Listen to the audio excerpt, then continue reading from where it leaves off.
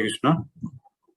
I heartily welcome everyone for this morning Bhagavatam session. So, yesterday we were discussing Srimad Bhagavatam 9.9 Canto 9 chapter. Some part we have discussed, the other part we will discuss today. So, before going into the discussion, let us start with Mangalacharna prayers.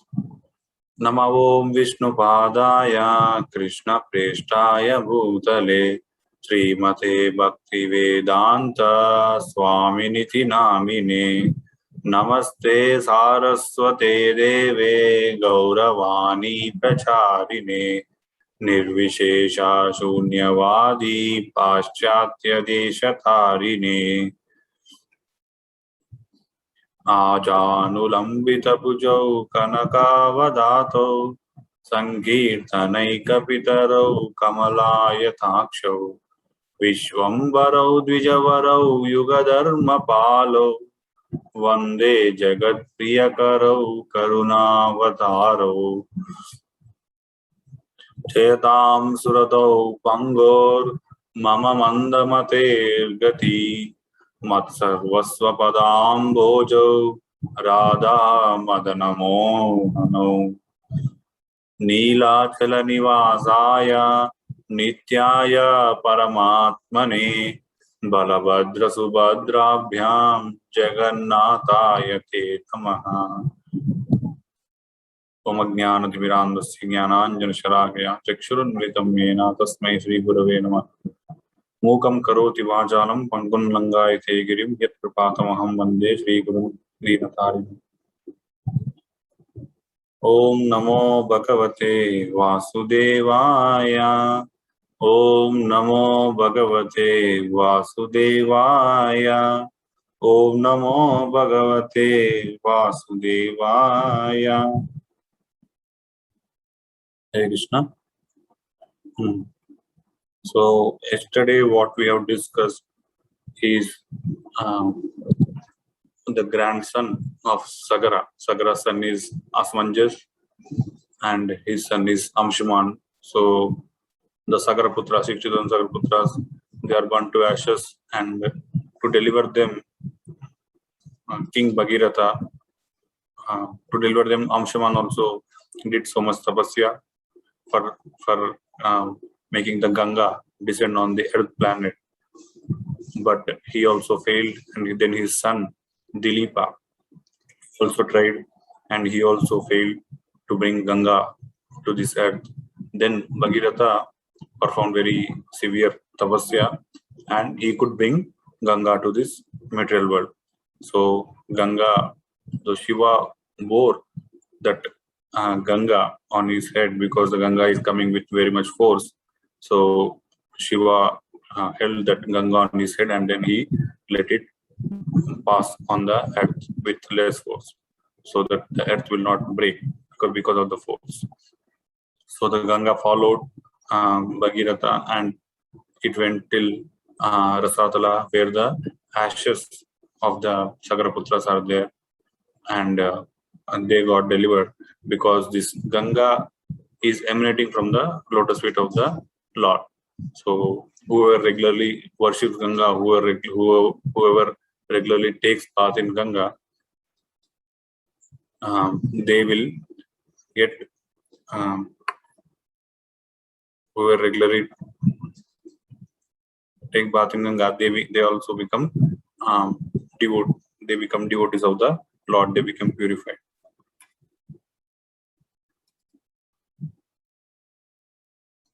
Then after that, then we saw after Bhagirath who were the kings, and then we came to the story of Saudasa, Saudasa king.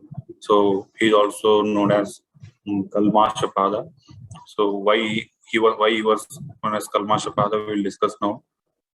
He was cursed by Vasishtha because he served human flesh to Vasishtha on some occasion, and that act was actually done by the Rakshasa. Because of the Rakshasa, that act was done, and he was also not aware that he was serving the human flesh. So Vasishtha cursed him, and Vasishtha also got to know that Saudasa is not a mistake. Then Vasishtha also performed tapasya to rectify his mistake. And Saudasa, for 12 years, he has to accept he has become a Rakshasa, a human eater. So then what happened? So when Vasishtha cursed Saudasa, Saudasa also tried to curse back Vasishtha, but his wife Madhyanti stopped him to do so. He has already taken the water in his hand and chanted the Shapa mantra, and he was about to curse. And he because Madhyanti stopped him, he didn't curse. But this water, it is already empowered with the Shapa mantra. So where to throw, he didn't understood. So he saw in every direction, he saw the Pashyan Jivamayam Nrupa. He saw at every in all 10 directions there are living entities. So if he throws on the ground, so the ground may become infertile. If he throws on any other direction, everywhere some or other living entities there, they may get affected because of this Shapa mantra, the water which is empowered with powered with Shapa mantra.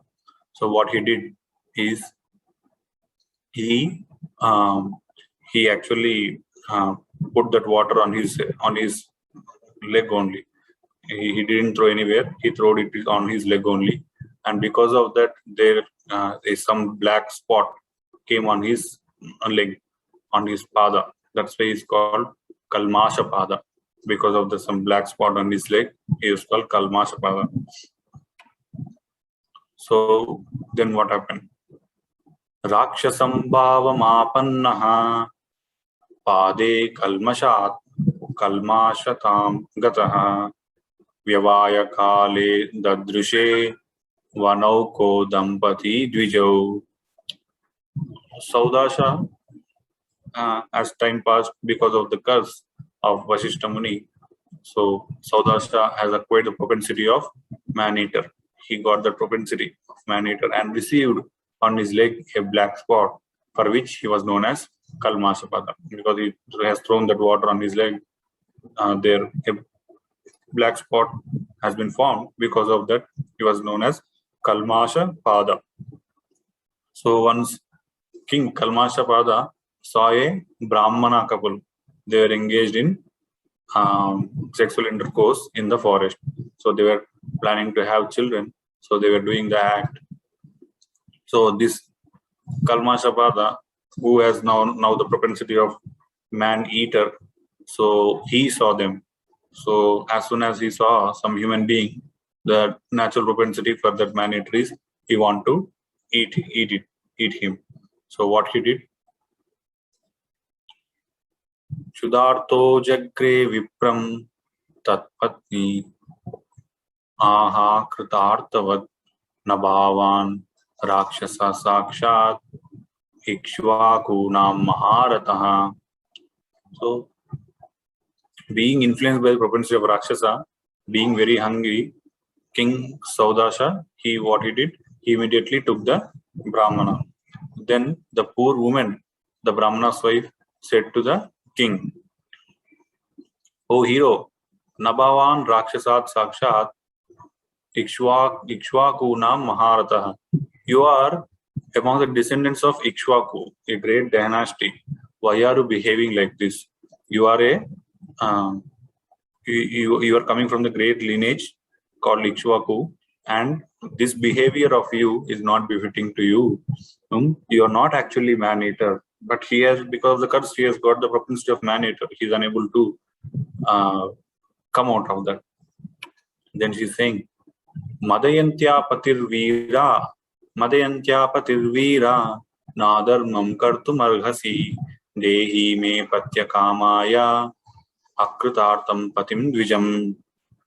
You are actually the husband of Madhyanti. You should not act irreligiously in this way. I am desiring to have a son from my husband, so please do not kill him. Dehoyam manso rajan पुरुषस्य अखिलार्थतः तस्मादस्य वदो वीरा सर्वार्था वद उच्यते. O king, O hero, this human body is meant for universal benefits. If you kill this body untimely, you will kill all the benefits of human life. This human body is very rare and it is for Loka Kalyana, universal benefit. And you should not kill this. You should not kill this body untimely. So don't kill my husband. So she reminded him of his lineage. So why she is reminding of his lineage? Because those were the great kings, and they don't act. The Sun Dynasty kings were the great kings, and they don't act irreligiously. So she tried to connect him with his lineage, his psychology with his lineage, but because he was so much, because of the curse, he has so much propensity of this man-eater, he couldn't control. So then she's saying according to the philosophy and tattva, according to Siddhanta, she's saying that this human body is meant for universal benefit. You should not kill it untimely. एष हि ब्राह्मणो विद्वान् तपस्शीला गुणान्वितः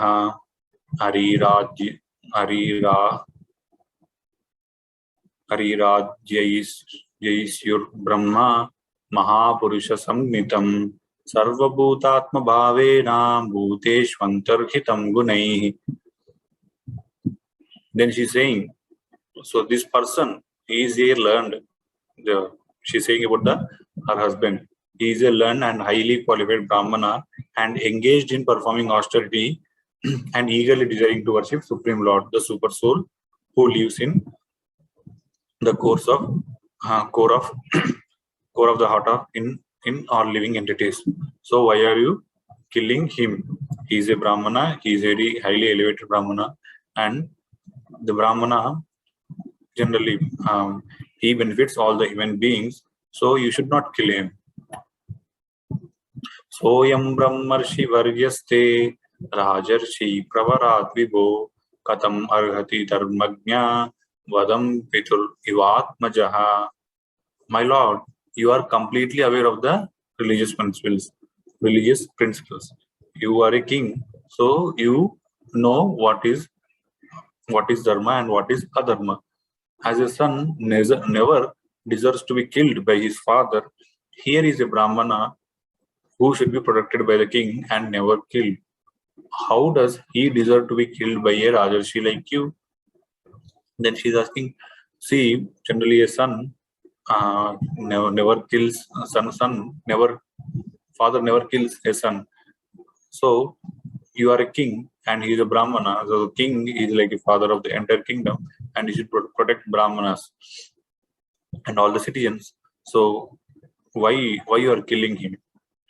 But because he is completely engrossed with the propensity of man-eater, nothing is going into his head. Tasya sador apapasya brunasya brahmavadinaha katam vadam yata babror manyate sanmato bhavan. You are well known and worshipped in learned circles. She doesn't know that this person got completely engrossed with the man-eating propensity, but she's thinking he is still king himself. But why he is acting like this, she is not able to understand. So that's why she's saying, you are also well known and worshipped in learned circles. Among the Panditas, they know, they all respect you because you are very religious. And how dare you kill this Brahmana who is saintly, sinless person and well versed in Vedic knowledge? So then generally you are well known among the learned circles. Maybe you know what is dharma and what is adharma. Then why you are killing this Brahmana who is saintly? He didn't do anything, any harm to anyone, and he is sinless. Generally, a sinful person may be punished, can be punished, but he is a sinless person, and he is also well versed in Vedic knowledge. Then why are you killing him? Killing him would be like destroying the embryo within the womb or killing a cow. So you would get such kind of a sin if you kill him, like killing a cow or killing the embryo within the womb. So you will get, what is that word used? Brunasya. Such kind of a sin you will get. Yajyayam kriyate bhakshah tarhi mam kadapurvataha najivishe vinayena kshanam cha mrutakam yata. Without my husband, I cannot live for a moment. If you want to eat my husband, it would be better to eat me first. For without my husband, I am as good as dead body. And he's saying, don't eat my husband. If you want to eat me, because without my husband, I cannot live. Evam karuna bhashinya vilapancha anatavat vyagra pasham ivakadat saudasha shapamohitaha. Saudasha shapamohitaha. Because of the curse of Vasishta and Shapam, because of the curse of Vasishta is completely having that man-eating propensity, King Saudasha devoured the Brahmana. Exactly how he has eaten, exactly as a tiger eats its prey, so similarly he has eaten the Brahmana. Even though Brahmana's wife spoke, so pitiably Saudasha was unmoved by her lamentation. Brahmani viksha tidishum purushadena bhakshitam sochantyatmanam urvisham ashapat kupita sati. When the chaste wife of Brahmana saw that her husband, who was about to discharge semen, had been eaten by the man-eater, she was overwhelmed with grief and lamentation. Thus she angrily cursed the king. So she is completely angry with King Saudasha and she cursed him. Yasman me bhakshita papa kamartya patistvaya tavapi mrityur adanat akrita prajnadarshitaha. O foolish, sinful person, because you have eaten my husband when I was sexually inclined and desiring to have the seed of a child, I shall also see you die when you attempt to discharge semen in your wife. In other words, whenever you attempt to sexually unite with your wife, you shall die. So because he did like that, so he got a curse like that from the Brahmana, that whenever you try to have union with your wife, you will be dead. Like how Pandu Maharaj got a curse, similarly he got a curse. Evam mitra saham sapva ati lokaparayana tadasti samiddegno prasya bhartur gatim gata. Thus the wife of Brahmana cursed King Saudasha, also known as Mitrasaha. Thus being inclined to go with her husband, what she did? She did Sati Sahagamana. She set fire to her husband's bones, because only bones were left. He ate everything body and only he threw bones. So she set fire to her husband's bones. She also did Sati Sagamana and she went to the same destination of her husband. Vishapo dvadashabdante Maithunaya samujyataha Vijnapya Brahmani Shapam Mahishyasa Nivaritaha. After 12 years, so he got, for 12 years he got the curse. So after this curse, after 12 years, when Saudasha was released from the curse of Vasishta, he wanted to have union with his wife. But the queen reminded him that this is the curse you got from the Brahmani. Thus he was checked from the union. Ata urdvam satatyaja Sri Sukam Karmana Praja Vashishtastad Anugnato Madayantyam Prajam Adat. After being thus instructed, the king, he gave up the further happiness in the sexual intercourse. and by destiny he remained sonless. Later, with the king's permission, following the Niyoga Paddhati, I think, the great saint Vasishtha, he begot the child in the womb of Mother Damayanti. So that time that was allowed, but in Kali Yuga that is not allowed. Savai Saptasama Garbham Avibranna Vyajayata Jagne Smanodaram Tasya Soshmakastena Katyate. So Madhayanti bore the child within the womb for 7 years. For 7 years, she couldn't deliver the child and she didn't give birth to the child. Therefore, what Vasishtha did, he struck her abdomen with a stone so the child comes out. Then the child was born. Consequently, the child was known as Ashmaka, the child born of a stone. Because of the stone he was born. That's why it's called Ashmaka. Ashmakad baliko jagne yastribhi parirakshitaha nari kavacha ityukto nikshatre mulako bhavat. So from Ashmaka, Balika took birth. Because Balika was surrounded by women and was therefore saved from anger of Parshurama. So what Parshurama story comes after 3-4 chapters in the 9th canto only. What Parshurama, when he tried to kill all the entire Kshatriya race 21 times, so but he has a condition that if he is surrounded, if the king is surrounded by women, or if king is getting married, so that time he will not kill that king. So that's why every time this Balika king, he used to be surrounded by the women.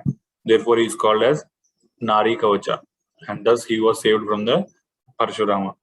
So when Parshurama vanquished all the Kshatriyas, so this Balika became the progenitor of more Kshatriyas. So he is like from him many Kshatriyas came. So he was known as Mulaka, the root of Kshatriya dynasty. Tato Dasharatha Tasmat Putra Aidavidis Tataha Raja Vishwasaho Yasya Katvangash Chakravartyabhut. So from Balika came the son Dasharatha. This Dasharatha is not Dasharatha, that Dasharatha, not the father of Ramchandra.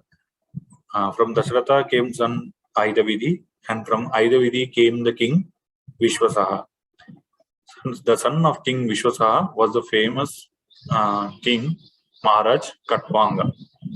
This Katvanga example story was was cited by the Sukhdev Goswami to Parikshit Maharaj. So Parikshit Maharaj was asking, how can I get what is the duty of the dying person? So then he said, one has to hear the Harikatha, but along that he said one can get perfection by meditating on the Supreme Person.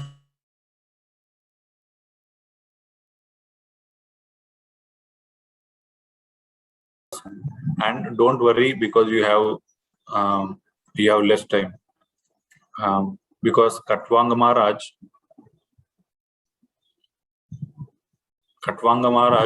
has only one muhurta left for his death, and he got perfected in one muhurta only, and you have 7 days left. So don't worry about don't worry too much about how you will get perfected. The 7 days is more than enough for you to get perfected and go back to Godhead. Yo dever artito daityan avadi yudidurjayaha muhurtam ayur nyatvaitya swapuram sandade manaha. So one time what happened, King Katvanga was unconquerable in any fight. So Yo dever artito daityan. So the devatas has asked him for his help to fight with Daityas. So Avadi Yudhi Durjaya, and he joined them, and he was victorious in that battle. And the demigods were very pleased and want to give him a benediction. So then the king inquired from them about duration of his life, and they informed him that only Muhurtamayur Jnatvaitya. He got to know that only one Muhurta time is there for him. One Muhurta means it's a 48 minutes. You say Brahma Muhurta or this thing, Suryodaya, that Muhurta, it's around 48 minutes around. So the king inquired from them about the duration of his life, and he was informed that he has only one moment left, one moment more.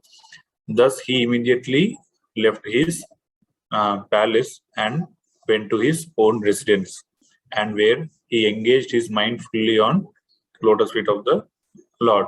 Sapuram Sandade Mana. He left his palace and he completely meditated on the Bhagavan, Sri Krishna.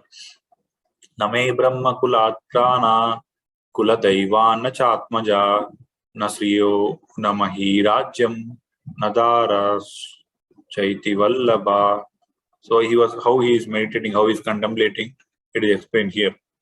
Maharaj Katwanga thought, not even my life is dearer to me than the Brahmanical culture and the Brahmanas who are worshipped by my family. So Brahmanical culture and Brahmanas, they are more dearer to me than my life. So what then is to be said of my kingdom, land, wife, children and opulence? Nothing is dearer to me than the Brahmanas.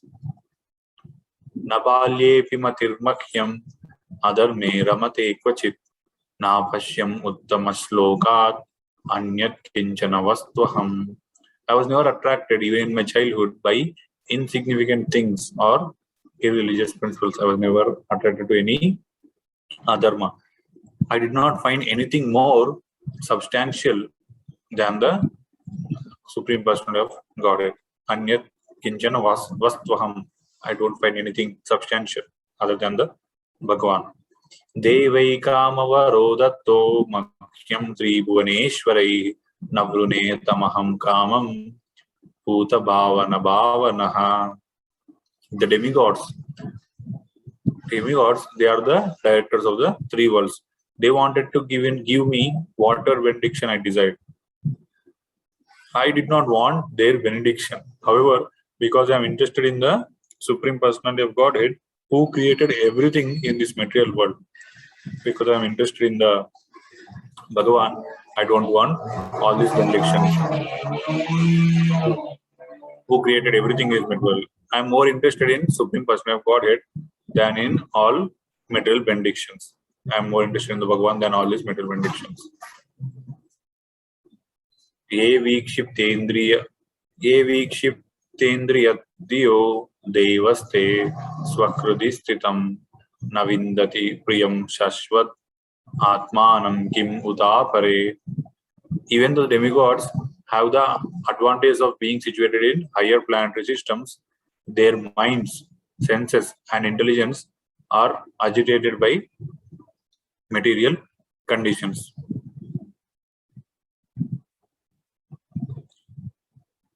Even though the demigods, they have the advantage of being situated, they are in Swargaloka, their minds and intelligence are agitated always by material conditions, because they have so much opulence, they are so much engrossed in that opulence only, and their minds and senses, they doesn't go too much on the Supreme Lord.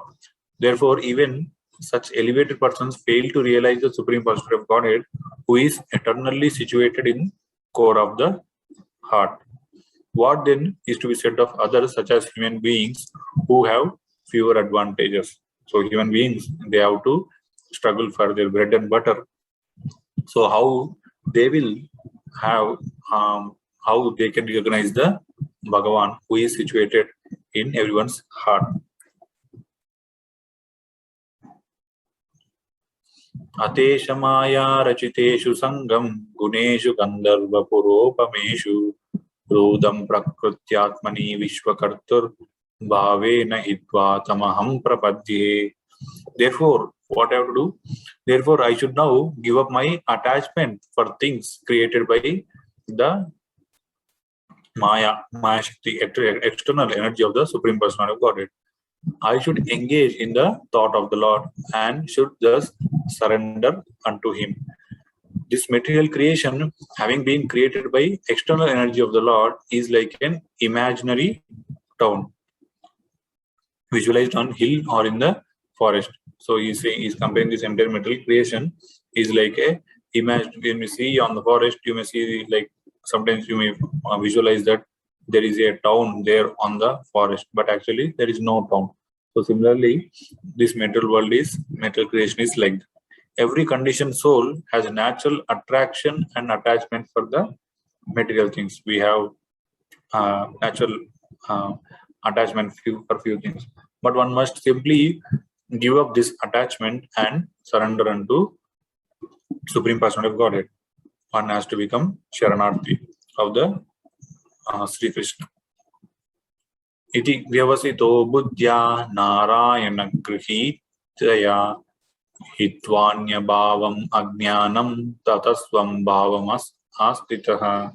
Thus, Maharaj Katwanga, by his advanced intelligence in rendering service to the Lord, his bhakti, what happened? He gave up his false identification with the body, full of ignorance. He gave up his material identification.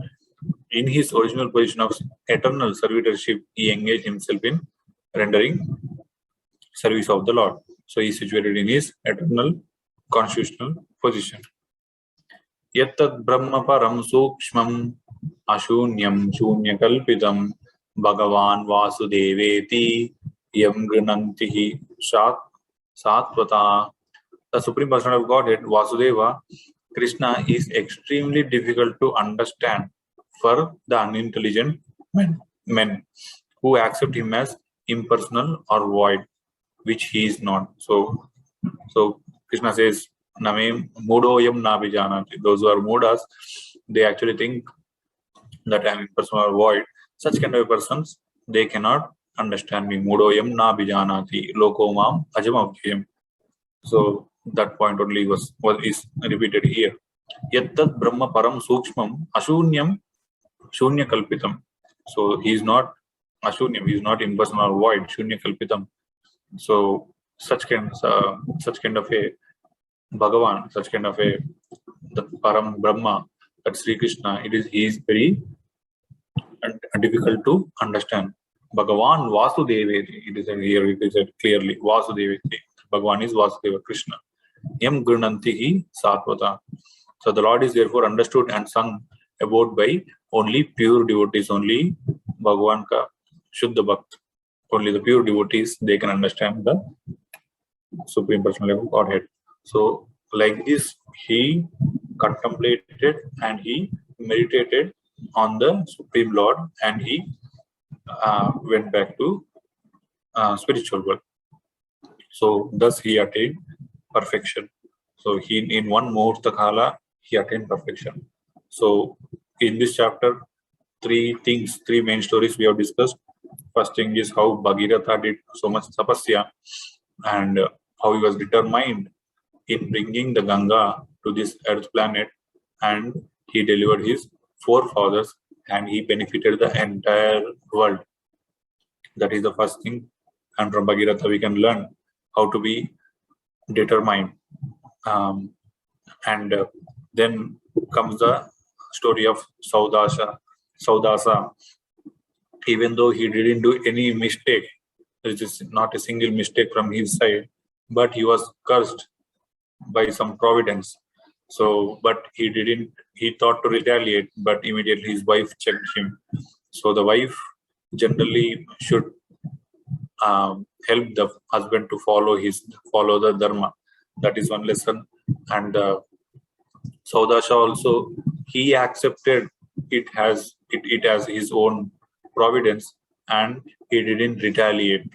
And he got the propensity of man-eater for 12 years. He accepted it, and he has eaten a Brahmana, and because of that, the Brahmani, the wife of the Brahmana, cursed him, and he accepted that also. All the reversals that in the life, he has accepted. And when you want to have a union with his wife, she reminded of him of this curse, and he left that happiness completely. So so he has accepted all the reverses in his life as it is, and he was sticking to dharma. So that is one lesson what we can learn. And here now we saw the story of Katwanga. Katwanga Maharaj, he was a great king. He fought for devatas. He got to know he has only one muhurta left, but and in one muhurta kala, he contemplated himself that he has never fell to adharma and all these things he has contemplated, and he thought only the Bhagwan, everything in this metal world is actually temporary and illusory. So our only attachment should be to the Supreme Lord Bhagwan Sri Krishna, who is Ashunyam and who is neither impersonal nor void. So so only the pure devotees can understand him. So on such Lord, I want to meditate. So like that, by leading a complete religious life, pure life in his entire life, and at last, when the time came that he got to know that he will die in one muhurta, and he meditated on the Supreme Lord, and he attained perfection. So these are the three main stories and lessons what we can learn. Okay, so thus ends this chapter. Om Tat Sat, Sri Krishna Arpanamastu. Now, anyone has any questions or anything, they can ask. Hare Krishna, Prabhuji. Hare Krishna. Prabhuji, like one question, like Maharaj, like they are like very pure devotees, and they look they are because in that time they are very pious and very devoted, so that's why they could take the reversals, because like they are very in that time that's the time was like that time, so they know that the like providence was like power and they can understand. But here now in like where we are sadhakas, and how we can like take the reversals as opportunities, and how we can grow grow ourselves internally, like when reversals or the challenges or some obstacles came in our path of spiritual life, Prabhuji. By seeing and hearing about the great personalities, we can learn how we can accept. For example, if we see Jayapataka Swami Maharaj, example, currently he is living. He's a sannyasi in ISKCON. So someone has attacked him with some knife, and then he got injury, so much blood loss happened, and they have injected the blood to him, and they didn't check whether the blood has any diseases in it, but because of that he got this hepatitis D, I think, and because of this his liver, everything got affected, and he's completely like he cannot move. Only his eyelids he can move, and some part of the mouth he can move, but still he is chanting daily 16 rounds. He is daily giving Bhagavatam class and giving so many Dikshas to so many disciples, and giving Shiksha, and talking personally to many devotees, giving time for everyone and following all the rules. So by seeing such kind of a great souls examples, at least we may not be follow to that level what they are able to do, but we get some confidence or we get some inspiration to follow like that. So the thing is, why these stories are said again and again in Puranas and Itihasas is that we meditate on them. We meditate on their personality, on their character every time, and by meditating on them, we get their qualities. We try to imbibe their qualities. That's how we can get it. And by having the proper sadhu sangha and sadhana, we can have that. But we have to not just hearing the stories, why the stories are kept. initially only Sukadeva Goswami says that the stories, the glories of this Sun Dynasty and Moon Dynasty kings are so much, and I cannot explain in one day or few hours, but I'll try to explain in brief. Why he said, because these kings are actually glorious because they were always sticking to the Dharma. So by meditating on such personalities, we can actually benefit and try to imbibe their qualities, how they are sticking to the Dharma, and how by that how they are praising the Supreme Lord. So by hearing about them, contemplating on their character, and having a proper sangha and sadhana, I think we may not be able to follow exactly, but to some extent we can grow. We can some delta x we can change. If some delta x we can have our change in our life, then like that we will slowly grow. That is my understanding. Okay. Thank you so much, Prabhuji.